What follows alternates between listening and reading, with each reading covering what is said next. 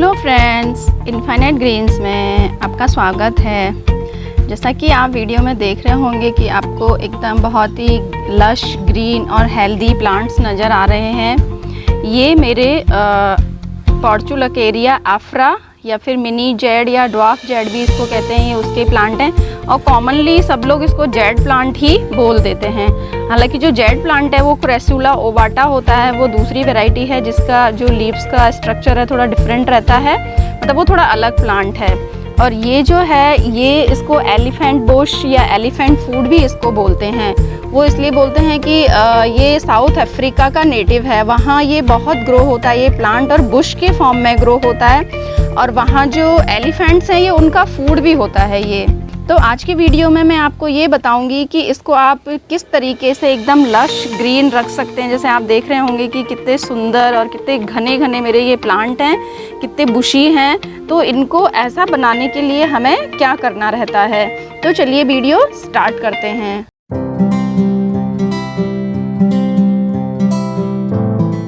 बहुत से जो लोग हैं वो इसको धन वर्षा वाला प्लांट या ये मतलब पैसे को चुंबक की तरह खींचता है, इस तरीके की बात बहुत सारे लोग बोलते हैं, बट मुझे नहीं लगता कि इन बातों में कोई सच्चाई है। लेकिन चूंकि ये इतना सुंदर प्लांट है तो ये आपको हैप्पीनेस ज़रूर देगा, आपको खुशी देगा अगर आपके गार्डन में ये इतने अच्छे तरीके से ग्रो होगा तो ये चूँकि एक सक्यूलेंट प्लांट है, आप देखते होंगे अगर आपके गार्डन में ये प्लांट होगा तो इसकी जो लीव्स होती है वो थोड़ी सी थिक रहती है, लेदरी रहती है, थोड़ी मोटी रहती है और जो लीव्स रहती हैं उनमें इसका वाटर स्टोर्ड रहता है।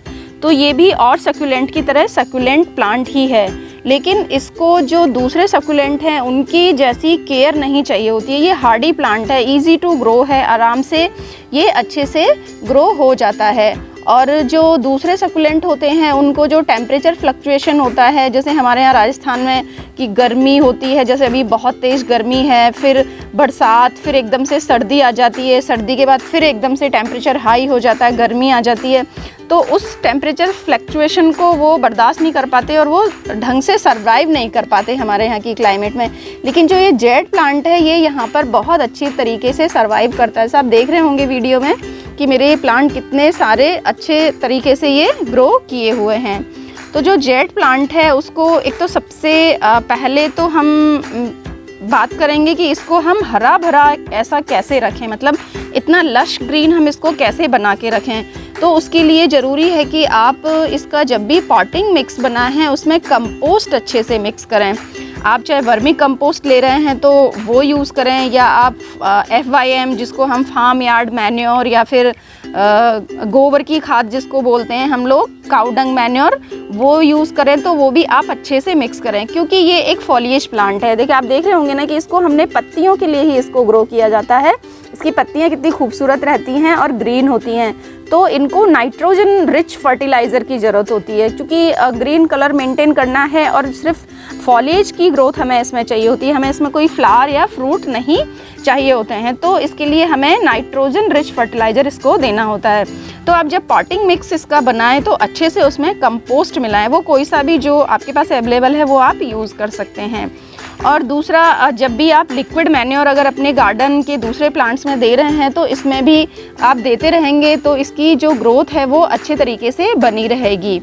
इन प्लांट के लिए आपको जो सॉइल मिक्स प्रिपेयर करना है वो एकदम वेल ड्रेन्ड होना चाहिए, मतलब आप उसमें 1 पार्ट सॉइल ले सकते हैं, garden soil, 1 part compost plus 1 part आप जो सैंड होती है कंस्ट्रक्शन सैंड जिसको बजरी बोलते हैं उसको आप यूज़ कर सकते हैं।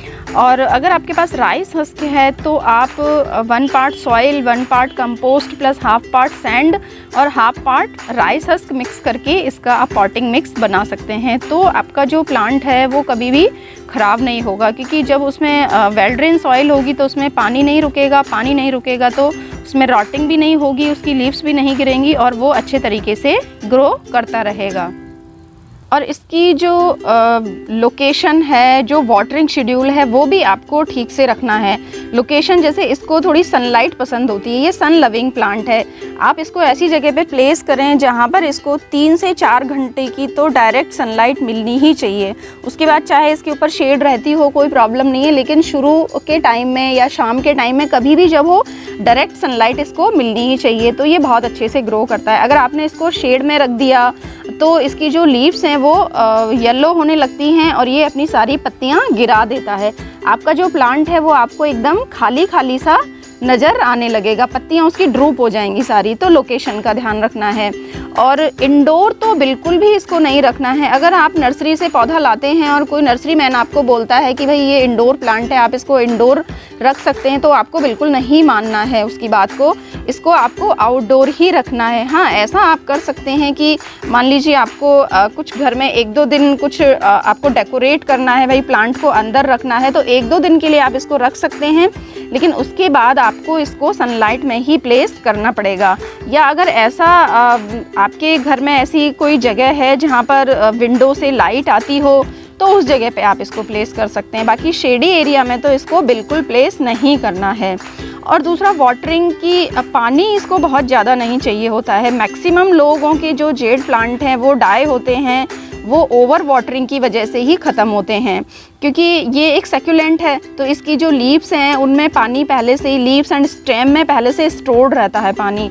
तो जब इसको हम बहुत ज़्यादा पानी देते हैं तो पानी की बहुत अधिकता हो जाती है, तो इसकी जो लीव्स हैं वो स्क्विशी टाइप की हो जाती हैं और वो फिर येलो होके गिरने लगती हैं और प्लांट हमारा मतलब लगभग जो उसकी पत्तियां हैं वो सारी ख़त्म होने लगती हैं। और दूसरी प्रॉब्लम होती है कि अगर आप और बहुत ज़्यादा ही ओवर वाटरिंग करेंगे तो जो इसका स्टेम है वो भी गलना शुरू हो जाता है नीचे से। जहाँ पे जो सरफेस है, जैसे यहाँ पे ये इसका स्टेम यहाँ से टच हो रहा है ये, तो इस जगह से ये गलने लग जाता है, ब्लैक होने लग जाता है, क्योंकि इसका जो एरिया है वो कभी भी सूखेगा नहीं, तो जो स्टेम है वो गलना शुरू हो जाता है।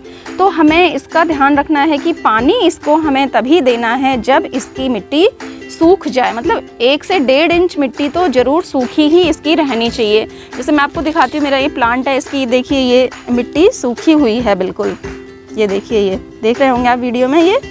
तो इस तरीके से 1-1.5 इंच मिट्टी जब सूख जाए तभी आपको इसको वाटरिंग करनी है, तो आपका प्लांट हमेशा अच्छी तरीके से ग्रो करेगा। तो फ्रेंड्स, 2 बातों का हमें बहुत ध्यान रखना है इसकी, एक तो लोकेशन का और एक इसके वाटरिंग शेड्यूल का। अगर ये 2 चीज़ें आपने इसको प्रॉपर प्रोवाइड करी तो ये आपके गार्डन में इतने अच्छे तरीके से ग्रो होगा कि मतलब एकदम लश ग्रीन और अच्छे से ग्रो होगा। आप बहुत सारी कटिंग करके भी इसके आप प्लांट बना पाएंगे। मतलब आपके गार्डन में से ये कभी ख़त्म नहीं होगा अगर आपने ये 2 चीज़ें इसको सही से प्रोवाइड की तो। और अंडर वाटरिंग भी नहीं करनी है एकदम ही कि आप बहुत बिल्कुल पानी इसको बहुत कम दें। बहुत कम पानी देने पर भी इसकी जो लीव्स होती हैं वो श्रिंक हो जाती हैं, ये लीव्स रिंकल बन जाते हैं इन पर। लेकिन वो क्या होता है कि जब आप वाटरिंग करेंगे तो फिर वो वापस से टर्जिड हो जाती हैं, वो सेल वापस से अपनी नॉर्मल कंडीशन में आ जाती हैं। तो अब बात आती है कि हम इसको घना कैसे बनाएं, क्योंकि अगर आप इसको ऐसे नॉर्मली अपने आप जस्ट वाइल्डली ग्रो होने देंगे तो ये फिर किसी भी तरीके से ग्रो होगा। कोई भी ब्रांच इसकी बहुत लंबी हो जाएगी, कोई छोटी रह जाएगी। तो आपको चाहिए एक बुशी जैसा चाहिए कि अच्छे से आपका प्लांट ग्रो हो। जैसे मैं आपको दिखाती हूँ, मेरा ये प्लांट है, ये देखिए ये कितना बुशी है पूरा। आप देख रहे होंगे कि नीचे से इसका जो ट्रंक है वो कितना मोटा है। मैंने यहाँ पे कोई भी ब्रांच इसकी ग्रो नहीं होने दी है। मैं यहाँ पे अगर ग्रो होती भी है तो उसको हटा देती हूँ, क्योंकि मुझे इसको एक बोनसाई शेप देना है। बोनसाई शेप तो इसका आ चुका है, बस ये थोड़ा सा और ग्रो करेगा तो ये और अच्छा दिखने में लगेगा। तो देखिए कि मैंने इसकी कितनी पिंचिंग कर रखी है। आपको पिंचिंग करनी है। पिंचिंग क्या होता है कि जैसे कि ये 2 ऊपर की जो लीव्स होती हैं, इनको आप ऐसे थंब और इस फिंगर की सहायता से ऐसे आप कट कर दीजिए इस तरीके से, तो ये पिंचिंग हो जाती है। तो जहाँ से आप कट करेंगे वहीं से इसमें 2 ब्रांचेस और निकलेंगी। जैसे मैं आपको प्रैक्टिकली दिखाती हूँ कि जैसे मैंने इसको देखिए यहाँ से कट किया था, इस ब्रांच को आपको दिख रहा होगा वीडियो में। ये देखिए ये निशान दिख रहा है, यहाँ से कट किया है, पिंच किया है, तो ये इसकी 2 ब्रांचें निकल रही हैं। एक ये ब्रांच है, एक ये वाली ब्रांच है। तो इस तरीके से आप पिंचिंग करते रहेंगे तो आपकी मल्टीपल जो शूट्स हैं वो प्रोड्यूस होंगी आपके प्लांट पर। और आपका प्लांट देखते ही देखते बुशी बन जाएगा, बहुत घना बन जाएगा। जैसे और मैं आपको दिखाती हूँ, जैसे देखिए ये मेरा एक प्लांट है, इसमें ये देखिए यहाँ पर ये मैंने ये यहाँ से इसको पिंच कर रखा है, ये कट कर रखा है, तो देखिए आप साफ दिख रहा होगा, ये 2 ब्रांचेस दिखाई दे रही हैं। और जब इन 2 ब्रांचेस को भी आप पिंच कर दोगे तो इनमें से फिर 2 निकलेंगी, मतलब 1 से 2 बनी, 2 से 4, और फिर इसी तरीके से आप पिंचिंग करते जाएंगे तो आपका प्लांट एक बुशी फॉर्म में हो जाएगा। जैसे ये देखिए ये कितने बुशी हैं मेरे, और बहुत छोटे छोटे कंटेनर्स में लगे हुए हैं मेरे ये प्लांट। देखिए बहुत, ये एकदम छोटा सा डब्बा है जो लगभग 3 इंच का ही होगा, लेकिन प्लांट इसमें कितना अच्छे से ग्रो कर रहा है। तो आपको जेड प्लांट के लिए कंटेनर की भी टेंशन नहीं लेनी है कि बहुत बड़ा पॉट चाहिए या कुछ। आपके घर में जो भी अवेलेबल हो, इवन आप पॉली बैग में भी इसको लगा देंगे तो ये बहुत अच्छे से ग्रो करेगा। जैसे मैं आपको शो करती हूँ, ये देखिए एक लीकेबल्स का ये डब्बा है जो बच्चों की आती है खाने की, इसमें भी ये कितना अच्छे से ये ग्रो किया हुआ है। और इसको भी देखिए मैंने ऊपर से पिंच कर दिया है तो इसमें मल्टीपल ब्रांचेस निकलने लगी हैं। तो इस तरीके से आप इनको बहुत अच्छे से ग्रो कर सकते हो। ये देखिए इसमें मैं आपको दिखाती हूँ, मैंने इसमें देखिए यहाँ से ये देख रहे होंगे आप, इस ब्रांच को यहाँ से मैंने कट किया है यहाँ से। इसके बाद ये 2 ब्रांचें, एक ब्रांच निकली पहले तो, मतलब 2 ब्रांचें निकली इधर उधर, फिर उसको भी मैंने यहाँ से पिंच किया है, ये देखिए, फिर ये 1 और ये 2 ब्रांचें निकली। तो जो मैं आपको बता रही थी कि आप एक ब्रांच को पिंच करोगे तो उसके बाद 2 निकलेंगी, और 2 को फिर पिंच करोगे तो उनसे फिर और 2 निकलेंगी। तो इस तरीके से आपका जो प्लांट है वो बहुत बुशी बन जाएगा। जैसे देखिए ये पैड्स बने हुए हैं इस पर, ये कितना बुशी फॉर्म में ये है। तो इसी तरीके से आपको करना है। जो स्प्रिंग सीजन जैसे ही स्टार्ट होता है तो इनका ग्रोथ पीरियड शुरू हो जाता है, जो हमारा पोर्चुलोकेरिया अफ्रा है इसका, और विंटर्स में ये डॉर्मेंसी में चला जाता है, मतलब उस समय पे इसकी ग्रोथ इतनी अच्छी नहीं होती, लेकिन अभी इसका ग्रोइंग पीरियड है, ये बहुत अच्छे से ग्रो करेगा। तो इस टाइम पे आप इसकी कटिंग्स भी तैयार कर सकते हैं, पिंचिंग करें, इसकी रिपॉटिंग करें, आप कोई भी ऑपरेशन इसके साथ कर सकते हैं, ये पौधा बहुत अच्छे से रिस्पॉन्स करेगा। तो जो जैसे मैंने आपको भी कुछ दिन पहले ही इसकी कटिंग का एक वीडियो भी शेयर किया था, तो देखिए ये मेरी कितनी सारी कटिंग्स है, मेरे पास जेड का बहुत बड़ा कलेक्शन है, इतनी सारी कटिंग्स ये मैंने प्रिपेयर की हुई हैं। और भी मैं आपको दिखाती हूँ इसकी कटिंग्स।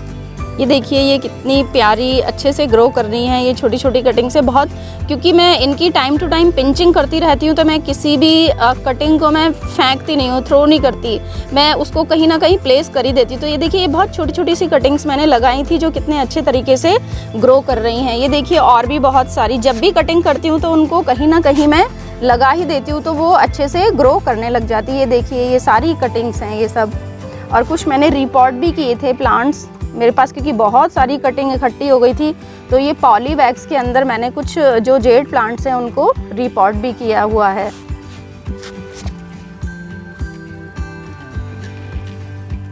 ये देखिए ये सारी कटिंग्स हैं और सारे जेड प्लांट है, बहुत सारा कलेक्शन है मेरे पास जेड प्लांट का।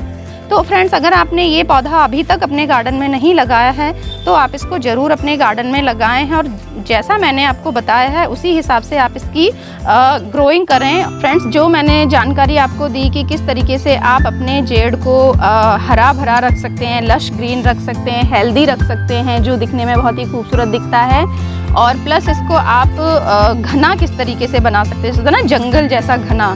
तो ये जो पॉइंट्स मैंने आपको बताए उनके अकॉर्डिंग आप अगर इसको ग्रो करेंगे तो ये सारी जो चीज़ें हैं वो पूरी होंगी, और आपका जो ड्वार्फ जेड का प्लांट है जो पोर्चुलोकेरिया अफ्रा है वो इसी तरीके से ग्रो करेगा। तो आई होप मेरा ये वीडियो आपके लिए हेल्पफुल होगा और आप अच्छे से अपने जेड प्लांट की देखभाल कर पाएंगे। फ्रेंड्स अगर आप मेरे चैनल पर नए हैं तो मेरे चैनल को सब्सक्राइब करें और बेल आइकन को ज़रूर प्रेस करें, जिससे आने वाली जो वीडियोज़ हैं उनके नोटिफिकेशंस आप तक पहुंचते रहें, और लाइक करें, शेयर करें, और जो भी अगर आपकी क्वेरीज हो कुछ तो उनको आप कमेंट बॉक्स में डालें। Thanks for watching, happy gardening.